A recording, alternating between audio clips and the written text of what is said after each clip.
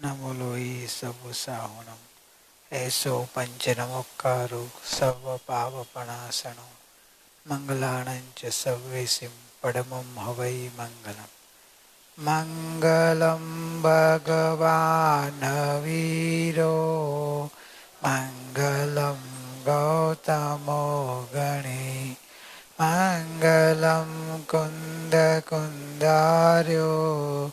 जैनधर्मोऽस्तु मंगलम् सर्वमङ्गलमाङ्गल्यं सर्वकल्याणकारकं प्रदानं सर्वधर्माणां जैनं जयतु शासनं जैनं जयतु शासनम्। ओम नमः सिद्धेभ्यो ओम नमः सिद्धेभ्यो ओम नमः।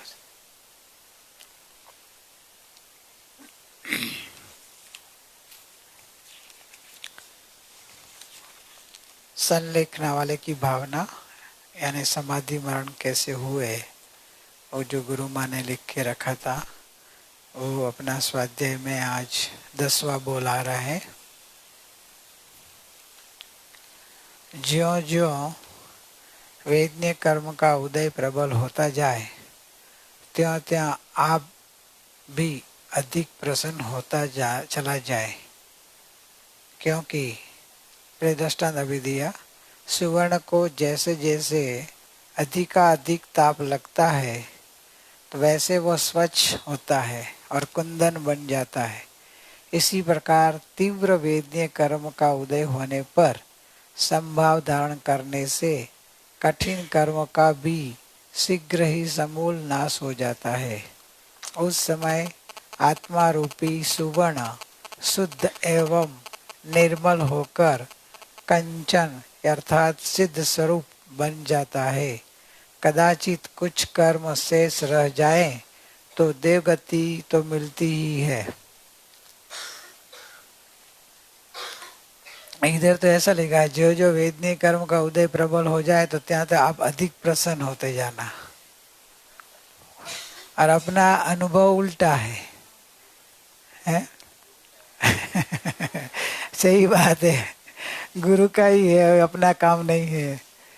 जैसे जैसे वेदना बढ़े उनकी चित्त की प्रसन्नता रहती थी ना, तो चित्त ने उन्होंने जो लिखा वो अपने जीवन में उतारा था और अपने जीवन में था वो लिखा था।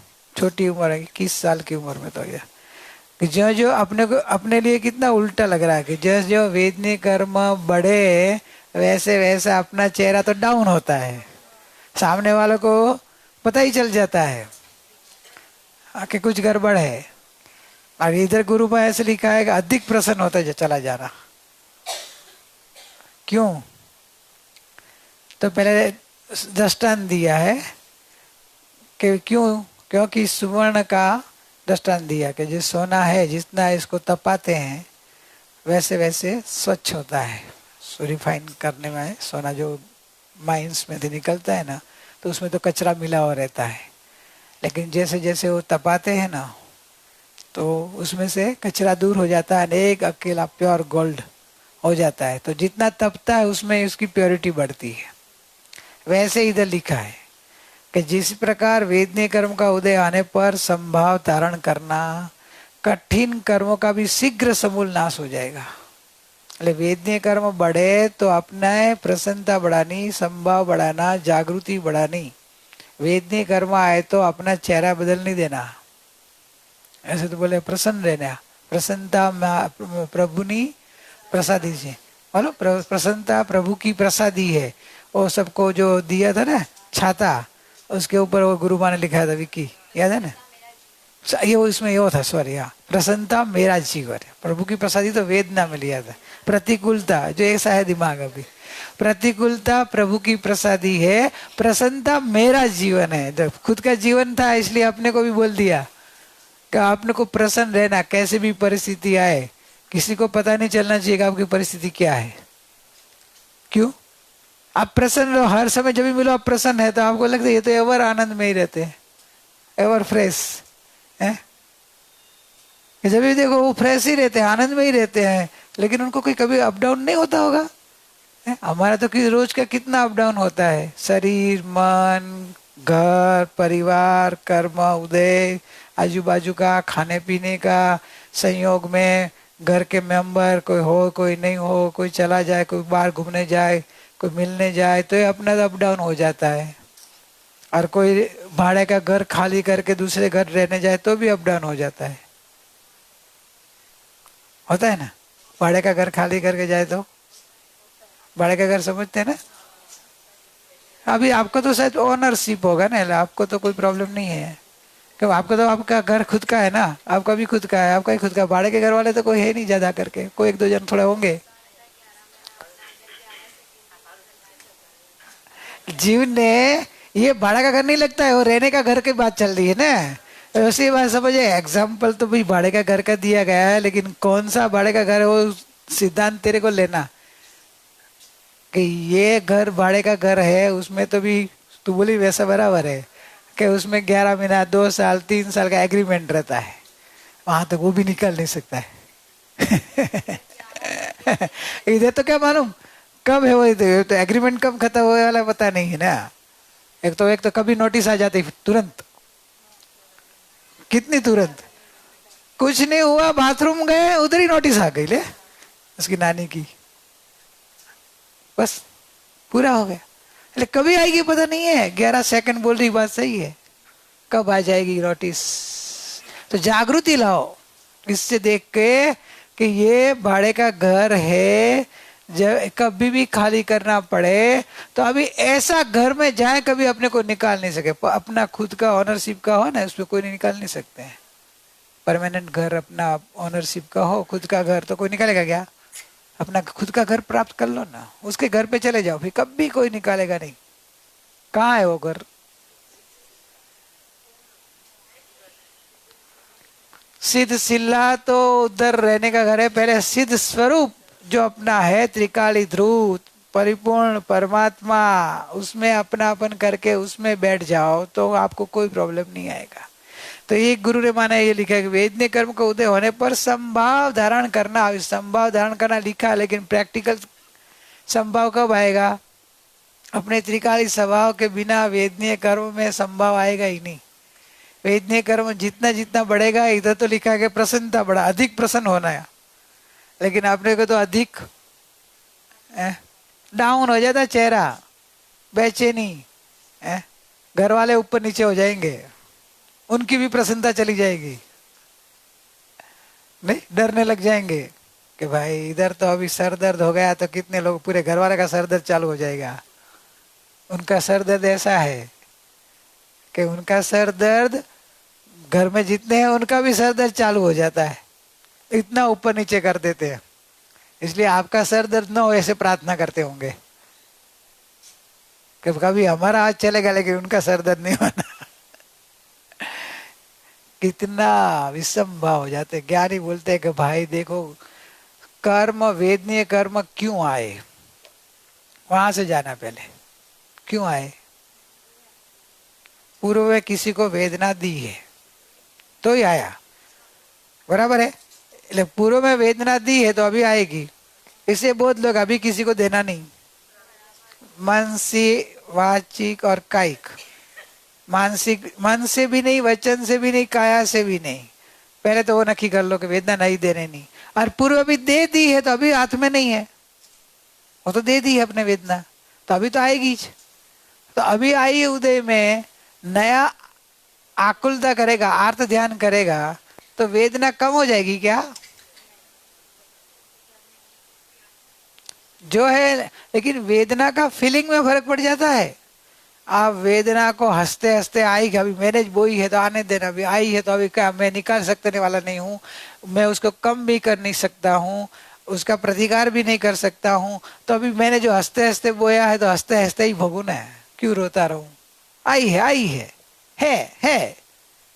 आई है, मुझे क्या, मैं त्रिकाली ध्रुव परिपूर्ण परमात्मा हूं। अपने स्वभाव की ओर जागृत हो जाओ तो संभाव आते जाएगा। वेदना तो आने वाली है, वो आएगी, कोई बदल नहीं सकता है। वेदना में बोलो ना, परिस्थिति नहीं बदल सकते हैं, मन स्थिति बदल सकते हैं। तो अपनी मन की स्थिति है, गुरु माया अपने को जो सिखाया है कि अपेक्षा रखनी नहीं, तो साता की अपेक्षा ही नहीं रखने की ना, पर की अपेक्षा नहीं, वैसे साता की भी अपेक्षा नहीं रखने की कि मेरा जीवन साता में रहे, अपेक्षा नहीं रखने की। जो आया उदय आएगा, अपेक्षा रखनी नहीं, साता रहे, अनुकूलता रहे, अपेक्षा ही नहीं रखने की। जो आए आने वाला आएगा, अपने को निरपेक्ष रहने का, निरपेक्षता का बल लेने का।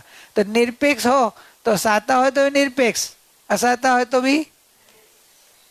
पूरी निरपेक्षता के ऊपर गुरु माँ ने एक सीडी कैसेट बनाई थी, पिंकी और सबके लिए, सब वो दी थी, वो बहुत सुनते थे लोग। तो निरपेक्षता की मैं उन्होंने सब लिया है, साता हो निरपेक्ष, असाता हो निरपेक्ष, मान कोई अपने को दे तो निरपेक्ष, कोई अपमान करे तो निरपेक्ष, कोई प्रेम दे तो भी निरपेक्ष रहना, ज्यादा प्रेम दे रहा है उसके अंदर में मोहित नहीं हो जाना, और कोई प्रेम नहीं दे और आपके प्रति द्वेष रखे तो भी निरपेक्ष। इसलिए निरपेक्षता का घोलन गुरु माँ का बहुत था अपने जीवन में। तो इस तभी तो उन्होंने सब जगह निरपेक्षता, ये भगवान की वो पट्टी भी दी, उधर उनके हॉल में जाएंगे तो निरपेक्षता एक बोर्ड लिखाया है, और उसमें अपेक्षा किसकी रखनी वो सूत्र दिया है। क्योंकि जितनी आपकी अपेक्षा रहेगी ना, दुख का मूल बनेगा।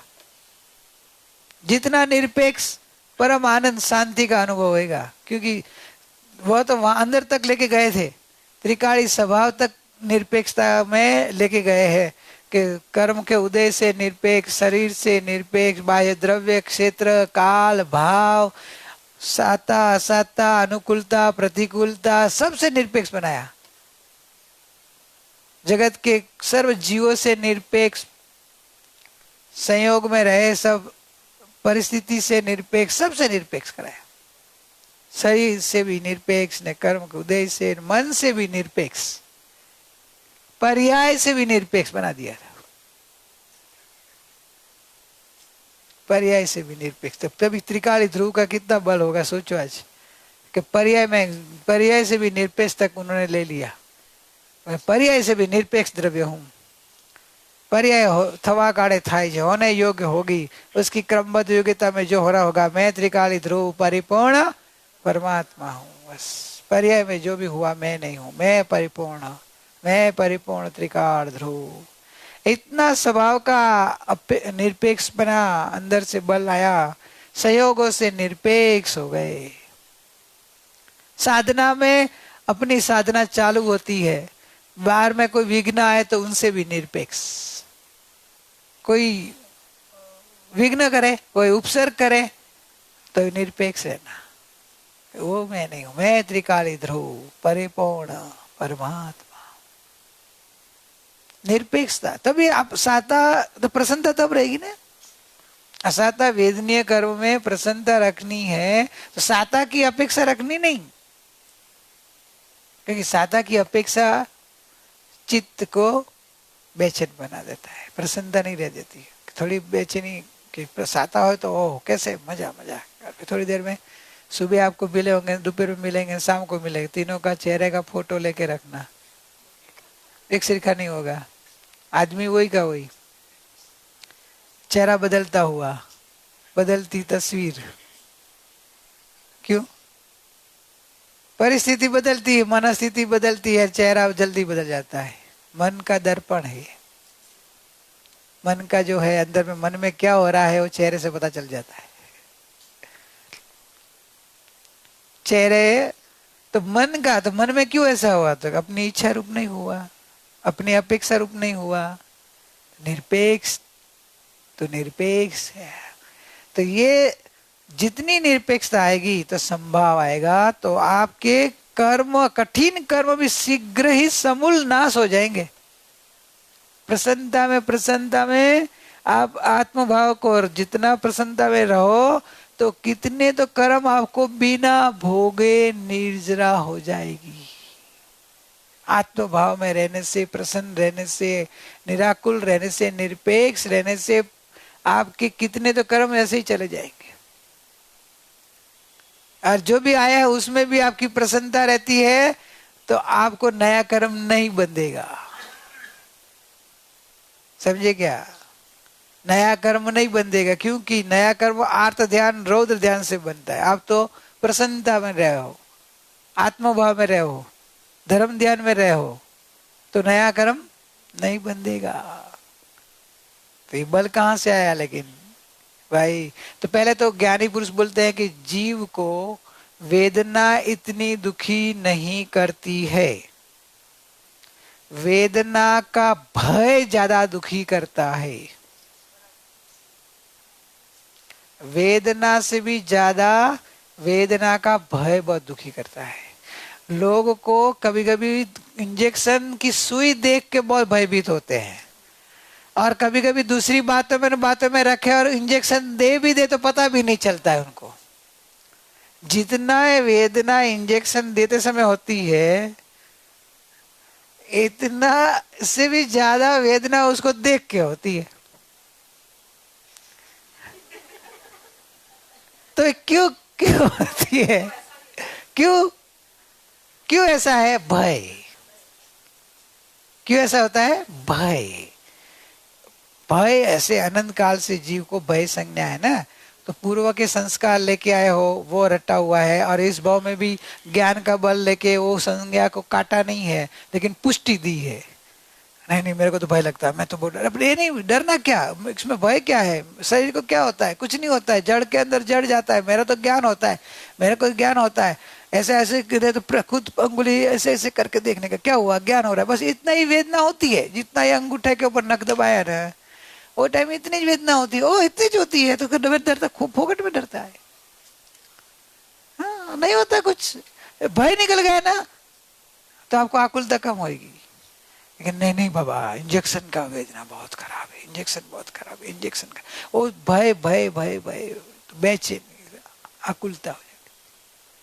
संसार वेदनीय से भी ज्यादा वेदनीय वेदना का भय, समझे? वेदना का भय जीव को दुखी करता है। इसलिए बोलते हैं कि बाबा वेदना नहीं चाहिए, बाकी सब चलेगा, लेकिन वेदना नहीं हो चाहिए। क्यों भी वेदना नहीं?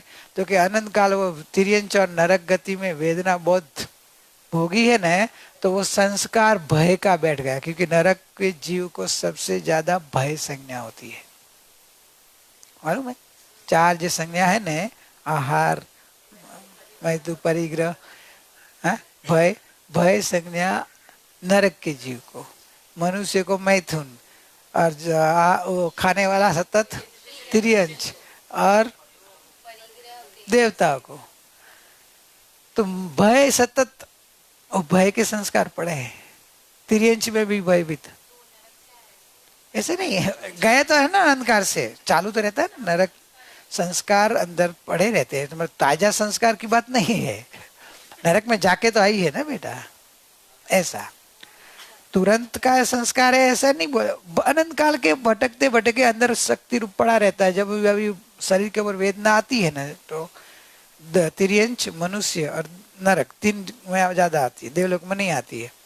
तो तिर्यंच में आती तो वो संस्कार उसको गाढ़ा, हाँ भाई, वो संस्कार गाढ़ा होता है। मेन पड़ा है उधर, संज्ञा ज्यादा उधर थी, उधर की संज्ञा तिर्यंच में आई, तो तिर्यंच में थोड़ी भी वेदना आई और भयभीत रहता है, એટલે वो संस्कार तो चालू रहा। मनुष्य में आया तो माँ की कुक्षा में जब मैं तभी वेदना ली, जन्म की वेदना, और ऐसी वेदना रही है तो वेदना के संस्कार अंदर में ढाड़ हो जाने की, वेदना बहुत खराब वेदना, और बाहर में भी अपने एक दूसरे को बोला बाबा वेदना नहीं होनी, तो और उसको डर हो जाता है कि वेदना बहुत पीड़ा होती है, बहुत पीड़ा होती है।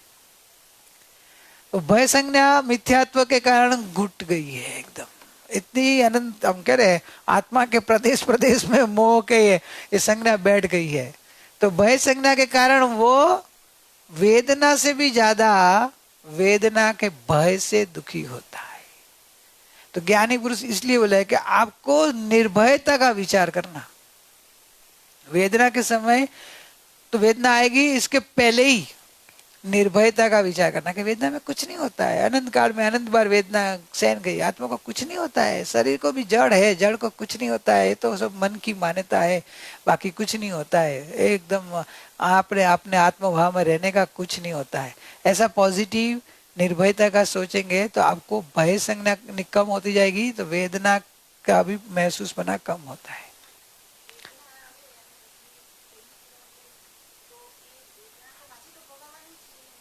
मैंने तो उपशम की ना।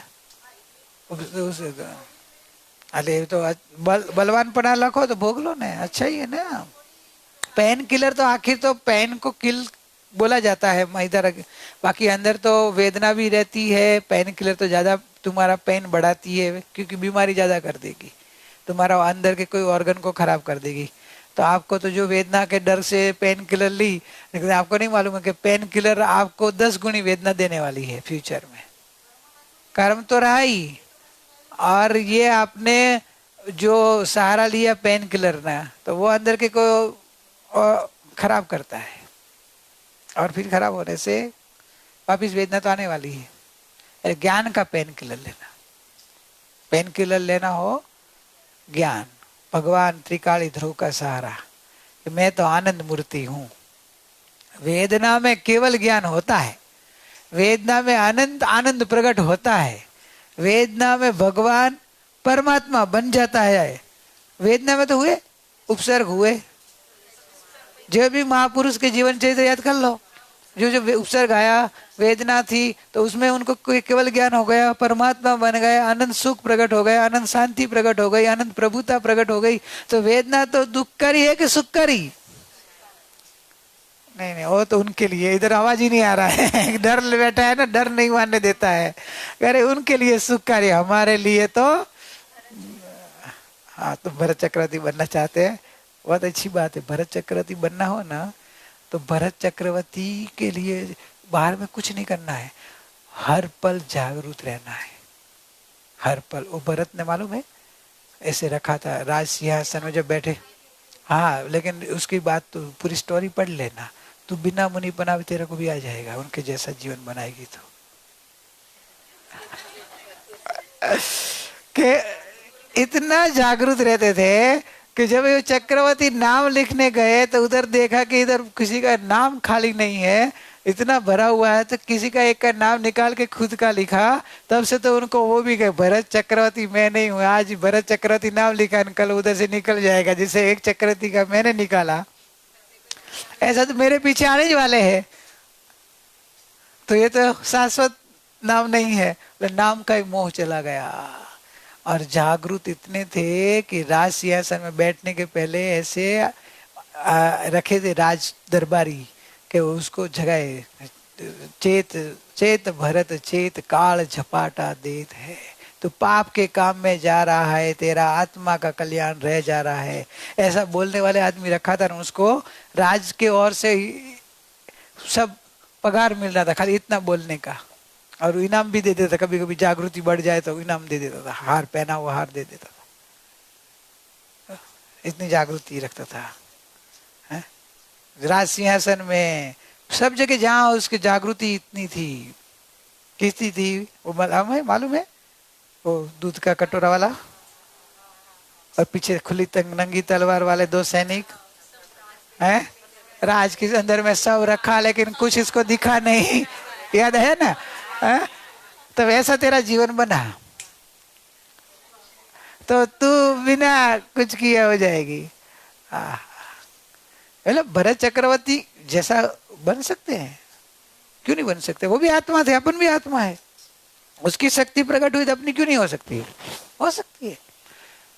खाली ऐसे नहीं कि उन्होंने दीक्षा नहीं ली और केवल ज्ञान हो गया, कुछ सहन नहीं करना पड़ा और केवल ज्ञान हो गया, तो कि वो मात्र मत देखना, वो तो एक सत्ता का उदय, उनको असत्ता का नहीं आया।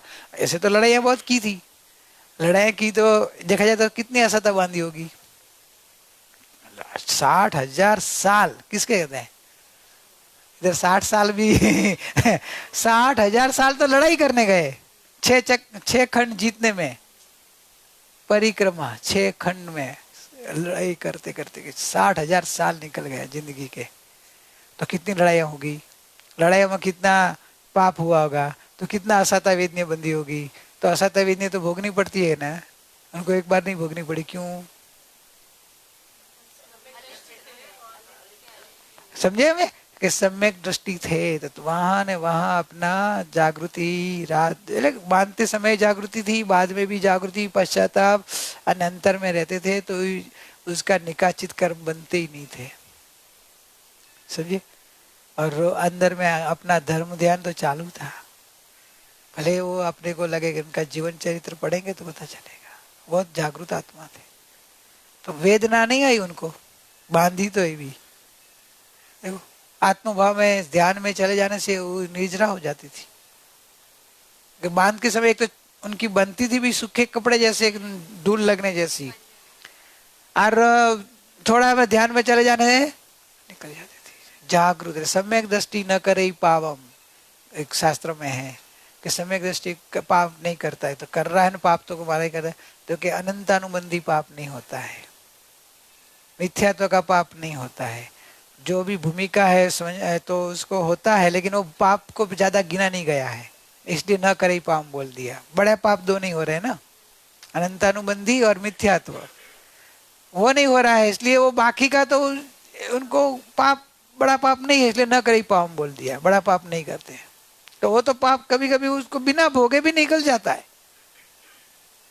नहीं तो 60,000 साल तो लड़ाई की उसमें तो कितने पंचेंद्री जी मरे होंगे ना, घोड़ा, हाथी, सब ऊंट, वो सब लड़ाई में लेते थे, और मनुष्य तभी तो तिर्यंश भी लड़ाई में साथ में रहता था ना वो लोग को, तो मरे होंगे।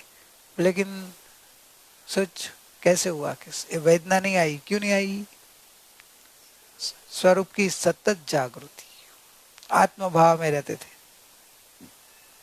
तो वो अपने अभी से सीख लो तो आपका भी हो सकता है, आपको कुछ नहीं करना पड़ेगा, वेदना आएगी नहीं, और वेदना तो आप देंगे नहीं, वो तो राजा बनने के लिए कर रहा, आपको तो चक्रवर्ती का भाव ही नहीं है कि चक्रवर्ती बनूं, आपको तो चैतन्य चक्रवर्ती का भाव है, इसलिए आपको तो राजापना भी नहीं आएगा, इसलिए आपको नया नहीं बंद होगा। आप तो मनुष्य में से देवलोक, न देवलोक में से सीधा मनुष्य बन के भगवान बन के चले जाओ। भाव भी ज्यादा नहीं करो, गुरु ने तो डिस्काउंट दिया, जो है भाव में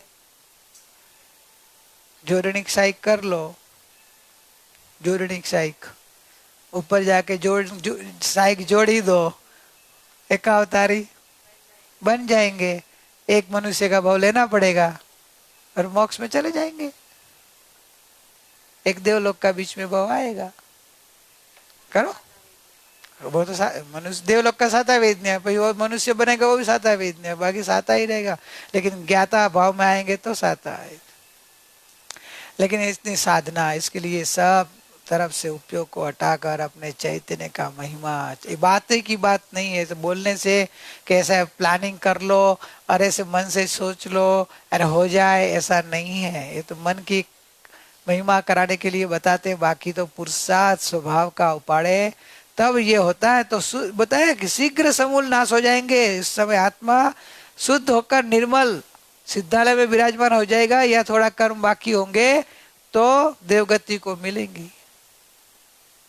और फिर तो स्वभाव की लगन लगी, उसको दो ही भाव होते हैं, देव और अरे मनुष्य और देव।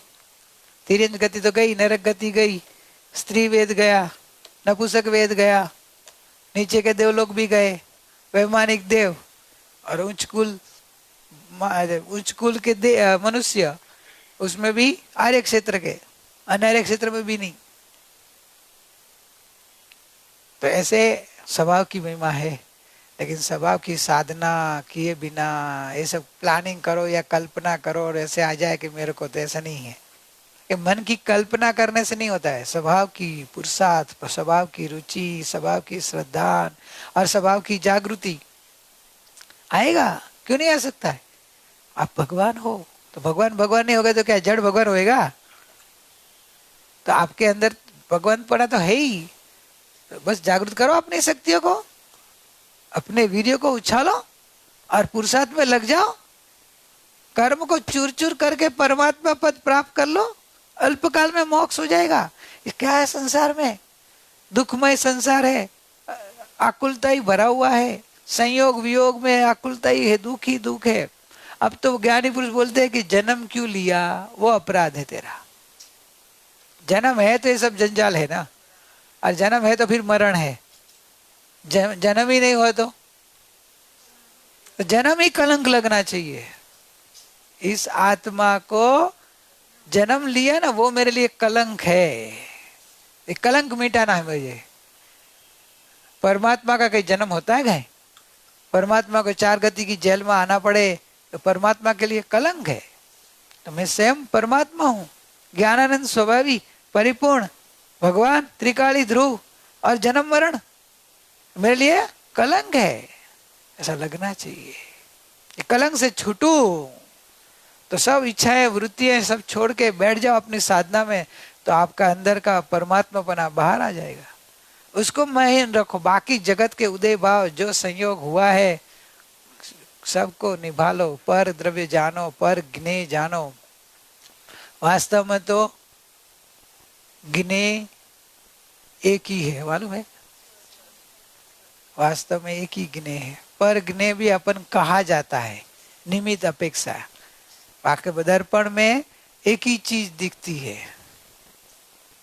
दर्पण खुद चेहरा दिखता है ना भाई, तो कि कहा जाता है चेहरा दिखा है, बोला जाता है वो निमित्त की अपेक्षा है, और दर्पण की उपली सपाटी की एक ज्ञाकार अवस्था को बताने के लिए। वास्तव में देखा जाए तो दर्पण नहीं है। वैसे ही अपना ज्ञान स्वभाव ही दिखता है और कोई है नहीं ज्ञेय। तो वेदना किधर है? वेदना से भयभीत क्यों? ज्ञान में ज्ञान ही दिखता है, ज्ञान में ज्ञायक ही दिखता है। ज्ञान में शरीर दिखता ही नहीं है, वेदना दिखती नहीं है। पर समझ में आया, लेकिन मन की मान्यता है। ज्ञान में ज्ञाकार दिखते तो निमित्त है सही, उदय भाव भी है, कर्म का उदय भी है, वेदना का परिणमन भी है शरीर के अंदर।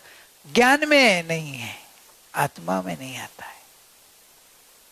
और मन ज्ञान उनका लक्ष्य करता है तो मन जन्मता है, मन फिर वेदता है। तो मन तो जीव विभाव परिणमन करता है तब उठता है। मन शरीर की ओर जाता है, वेदना की ओर जाता है तो मन परिणमता है, ज्ञान मन रूप हो जाता है। ज्ञान रूप नहीं रहने से ज्ञान की जाति बदल जाती है, मन रूप हो जाता है। और फिर मन वेदना करता है, बेचैन हो जाता है, रोता है, आकुलित होता है, जो भी भाव करके दुखी होता है। तो ज्ञान रूप नहीं रहा, ज्ञान ने अपना स्वरूप छोड़ दिया और ज्ञेय में फंस गया। तो उसका अपने मान लिया और रोने लग गया, दुखी होते लग गए। एक अनुभव प्रकाश में 2 मिनट ले लेता हूँ। एक बंदर का दृष्टांत आता है। बंदर भाई है ना, रोज एक पेड़ पे रहते थे। तो रोज एक ही पेड़ में रहते उसकी पेड़ की दोस्ती हो गई उनको, और अच्छा लगा। वो पेड़ के पान अच्छे थे, मीठे थे, फल भी अच्छे मीठे थे, और पेड़ भी बहुत बड़ा था और सेफ था उसके लिए, कोई आके उसको मार जाए कि नहीं। और बहुत साल रहते रहते जैसे घर में रहते रहते कैसे मोह हो जाता है, दीवालों से, फर्नीचर से, सब पदार्थों से एकता हो जाती है ना। शरीर में रहते नहीं, जैसे शरीर में वैसे जहाँ जहाँ रहते हैं जीव संयोग, घर के मेंबर सबसे हो जाता है ना, वैसे उसको पेड़ के साथ ममता हो गई। अभी पेड़ के तो पतझड़ आती है तो उसमें पान सूखते हैं, और सूखने के बाद एक एक गिरते हैं, खरते, बराबर नहीं? तो अभी वो खिरता है तो भाई साहब रोते हैं। पान एक खिरता है, रोता है कौन? बंदर भाई। पान रोज का एक एक खिरता है, रोता कौन है? बंदर भाई। तो बंदर भाई रोने लग गया। अभी देखा जाए तो पान झाड़ पेड़ का गिर रहा है, बंदर को कुछ प्रॉब्लम आ रहा है क्या? बंदर का कुछ आ रहा है मुक्ति? फिर भी वो रो रहा है। क्यों रो रहा है? मोह हो गया ना, ममता हो गई ना कि मेरा, अरे उसका मेरा मान लिया ना, उसका अपना माना, अपनापन किया है। तो ममता, अपनापन, मेरापन दुख का कारण है कि नहीं? तो एक एक पान, अभी पतझड़ आए तो पान तो गिरेगा, तो दुखी होने का। वैसे संसार में तो कोई आएंगे न कोई जाएंगे। जो अभी जो पान में वापिस पतझड़ में नए नए कुंपण भी खिलती है, नए नए एकदम पान भी आता है, तो हर्ष भी होता है, रोना भी होता है ना। कोई घर में आज किसी का मरण होता है, सुबह मरण और शाम को किसी के यहाँ बच्चा, वही घर में बच्चा जन्म भी लेता है।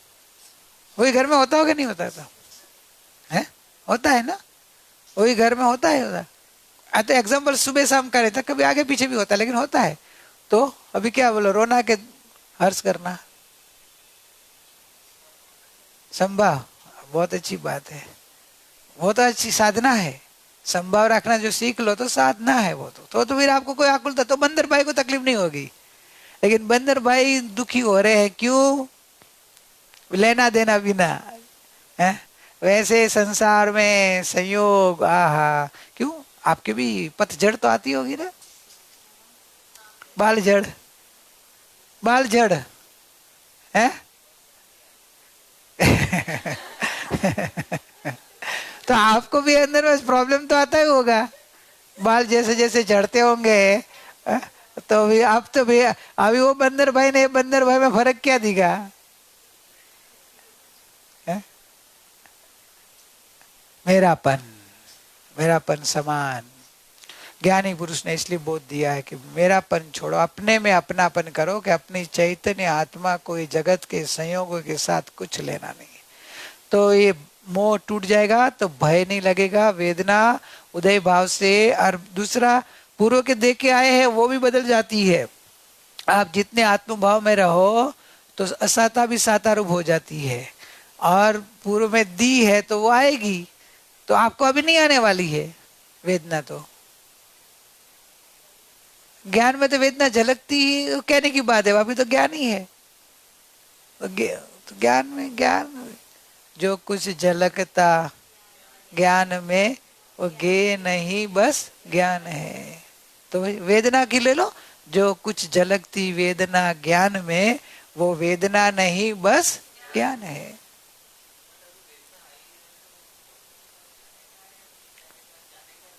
आत्मा के पास जाना पहले, बाद में डॉक्टर की बात। पहला बताया वो स्टेप तो करो। पहला स्टेप नहीं करना, दूसरा स्टेप का सोच रहे हैं। तो पहला स्टेप आत्मा के पास जाना, आत्मा में जाना। फिर सहन नहीं होता है तो आपकी सहन शक्ति कमजोर है तो डॉक्टर के पास जाओ, तो रोते रोते जाओ, कह रहे सहन नहीं कर पा रहा हूँ, मेरे आत्म भाव में नहीं रहता हूँ, इसलिए जाना पड़ता है। इसलिए वेदना से रोते रोते नहीं, मैं मेरे आत्म भाव में नहीं रह रहा हूँ। अरे आत्म भाव में रहता है तो ज्ञानियों ने बोला है कितने कर्म की निजरा हो जाती है और आत्मा को कहाँ वेदना होती है। लेकिन देखो अभी भी मोह भाव टूट नहीं रहा है, इसलिए जा रहा हूँ। जाते जाते भी गया, डॉक्टर ने बोला ज्यादा दवा की जरूरत नहीं है, तो खुश होंगे। डॉक्टर बोला कि दवा देता हूँ, जरूर पड़ी तो लेना। तो घर पे आके अभी कभी मन मजबूत होता है ऐसी दवा रख देने की, नहीं लेने की, ज्ञान भाव में रहने का। फिर भी सहन नहीं होता है तो ठीक है, दुख मन को फिर बोले तू शांत नहीं होता है तो ले ले। कल तो मैं ऐसा ही सोचता हूँ कि आज खाई कल तो नहीं दूंगा, तेरे को सहन शक्ति बढ़ानी ही पड़ेगी, ऐसे मन को बोलते रहने का। क्योंकि आखिर तो अपने को आत्म भाव में रहना है।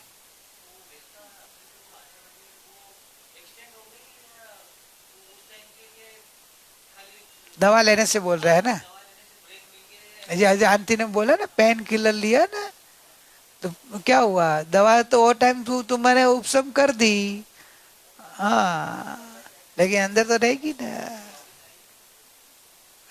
आएगी। એટલે आप आत्म भाव में रहेंगे तो निजरा हो जाएगी, आत्म भाव में नहीं रहेंगे तो डबल होके भी आएगी। आर्त ध्यान करते करते बांध रहे हो तो आर्त ध्यान से और नई वेदना बढ़ती है।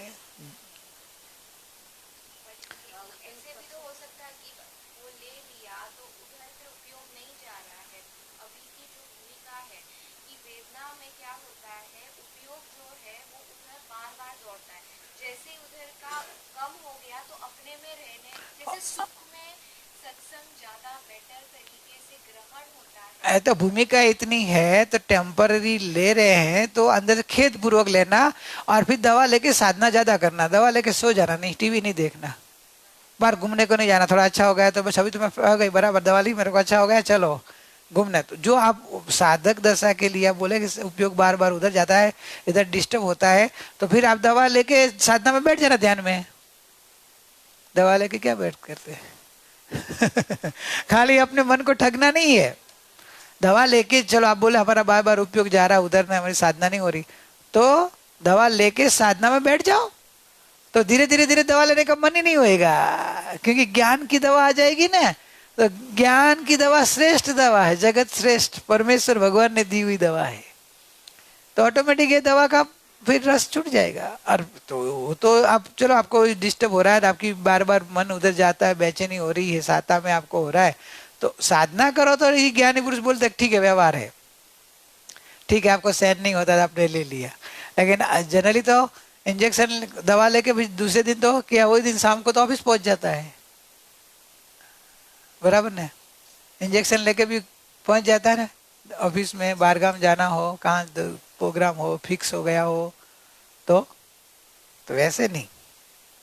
बात तो ऐसा है, भूमिका है, सहन नहीं होता है तो लो, ज्ञानी पुरुष बोलते हैं, लेकिन अंदर खेद पूर्वक होना और साधना ज्यादा करना, ऐसा। नहीं तो अपने आप को ठगने जैसे होंगे। ध्यान।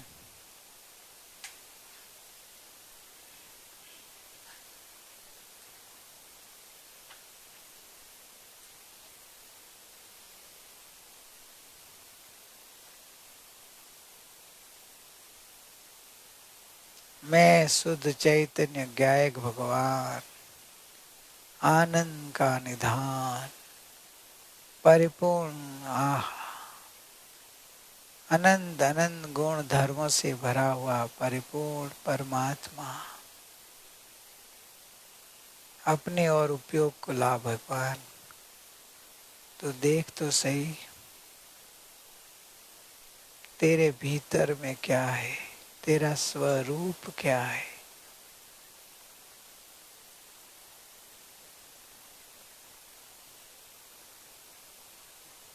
अपने स्वरूप में आ जा, निरपेक्ष बन जा, जगत के सहयोग से निरपेक्ष ज्ञान भाव में रहे, शुद्ध भाव में रहे, आत्म भाव की मस्ती ला ले।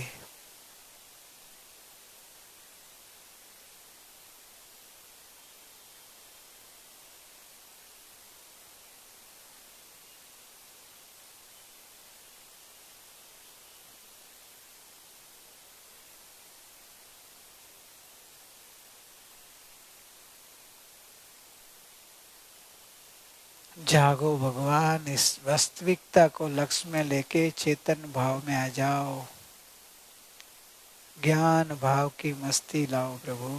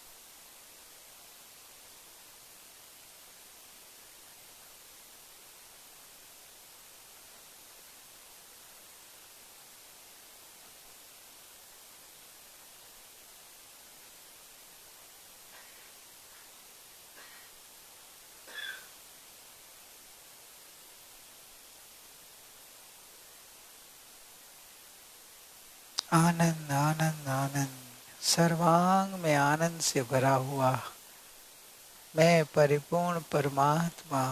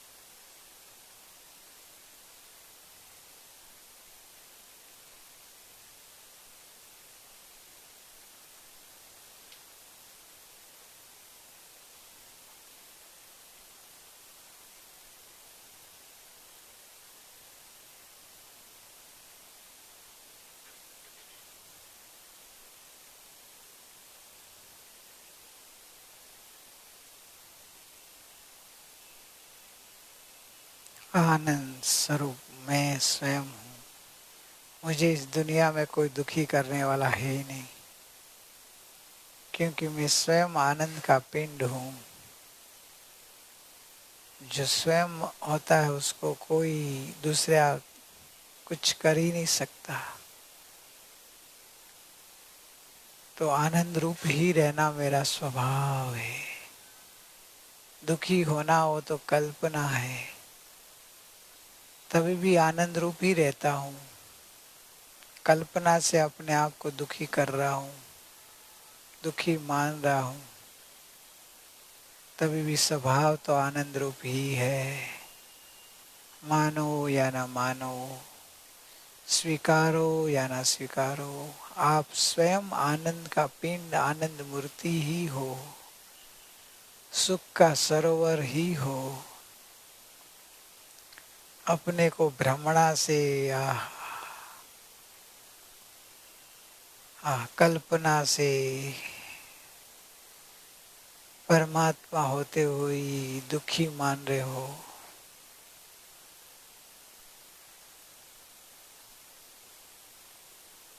परमात्मा बना, परमात्मा बना।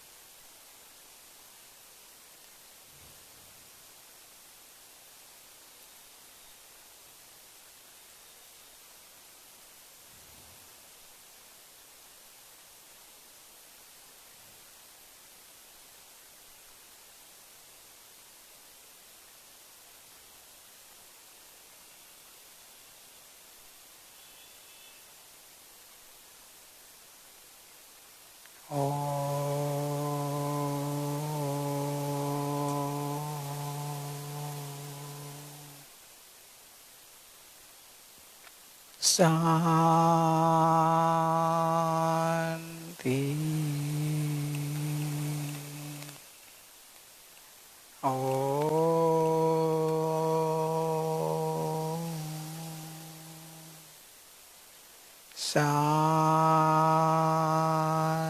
शांति।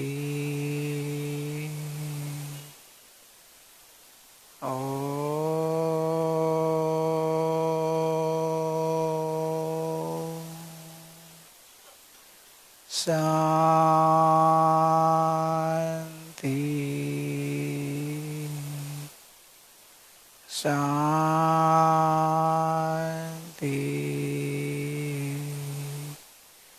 शांति। ओम शांति शांति।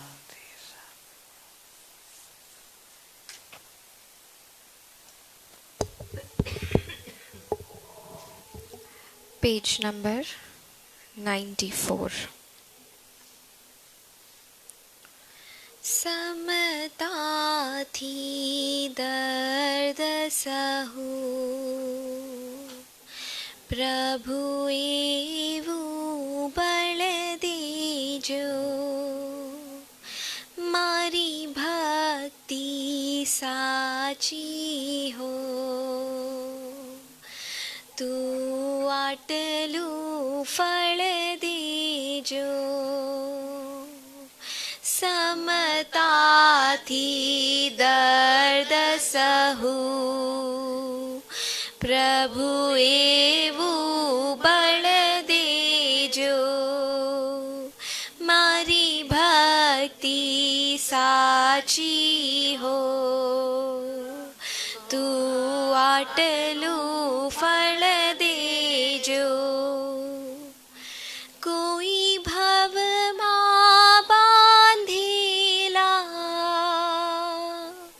મારા કર્મો જાગ્યા છે, કાયાના દર્દ રૂપે મને પીડવા લાગ્યા છે. આ જ્ઞાન રહે તાજું, એવું સિંચન જલ દેજો. આ જ્ઞાન રહે તાજું, એવું સિંચન જલ દેજો.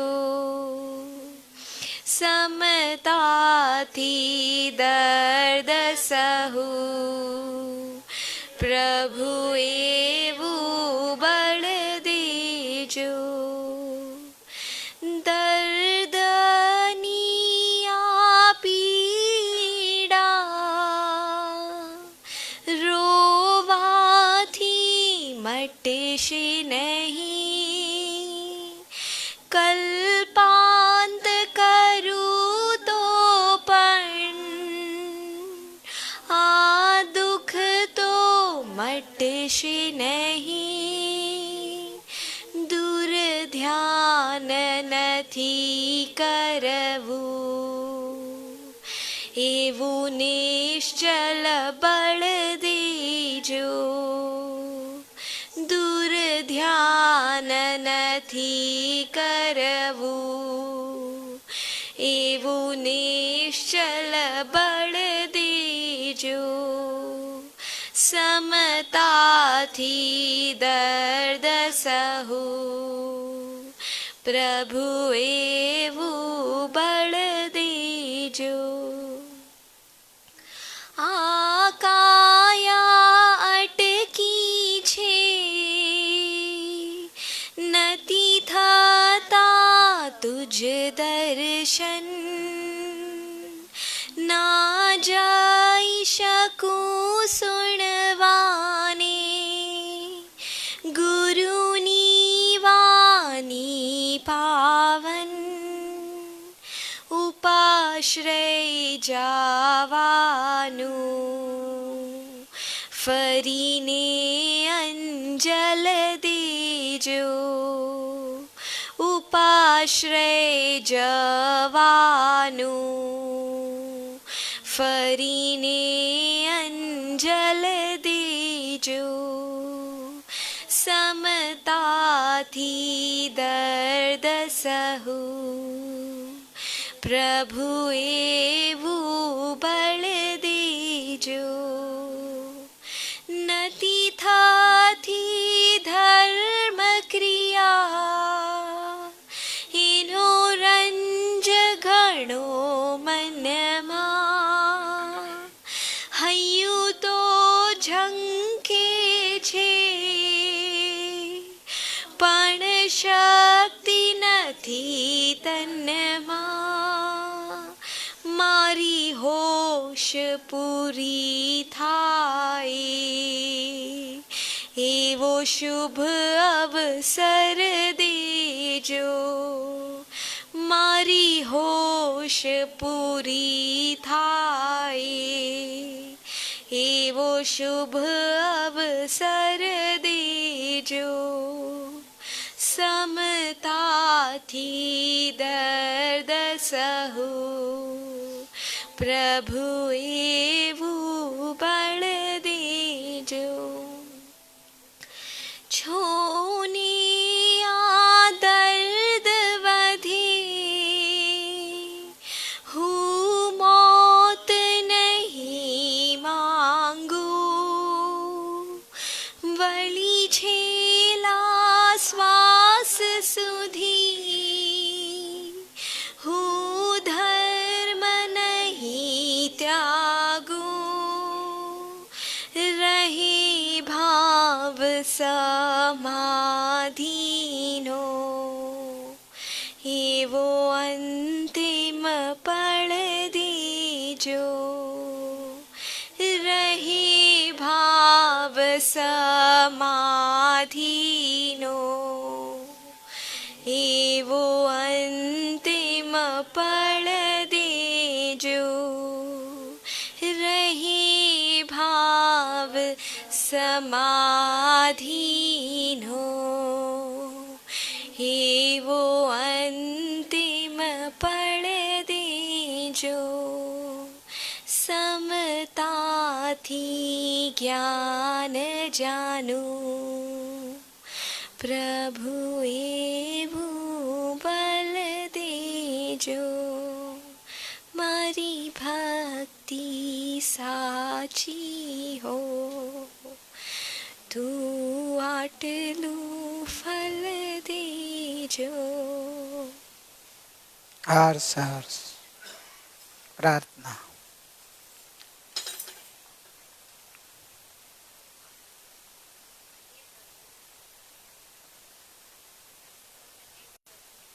आप महान वितरक स्वरूप हो अनंत अनंत गुणों से और शक्तियों से संपन्न हो ऐसा ही मैं भी शक्ति रूप से परमात्मा ही हूँ निर्भय निरपेक्ष निभ्रम हूँ स्वतंत्र स्वाधीन स्वावलंबी हूँ निसंग निशंक निर्विकार हूँ निर्विचार निर्विकल्प निर्विषय निराभिमानी हूँ और पर्याय से हो जाओ ज्ञान वेदन में नित्य रहूं स्थिर तत्वों में स्थिर हो जाओ सभी जीवों के साथ शांति समता क्षमा सहनशीलता नम्रता विनय विवेक प्रेम वात्सल्य मैत्री प्रमोद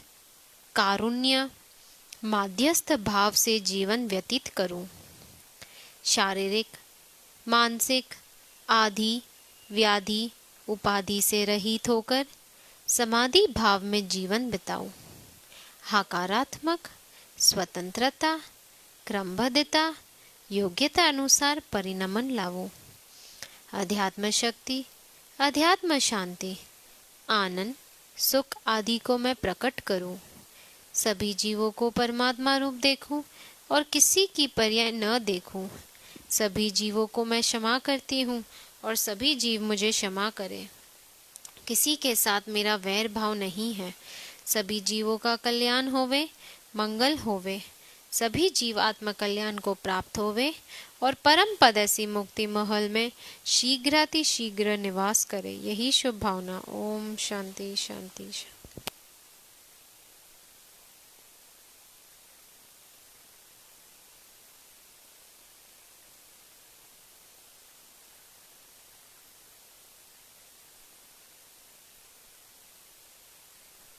प्रशान्ति अनन्त सुधामय जय प्रणमुपदते वरते जय प्रणमुपदते वरते जयते।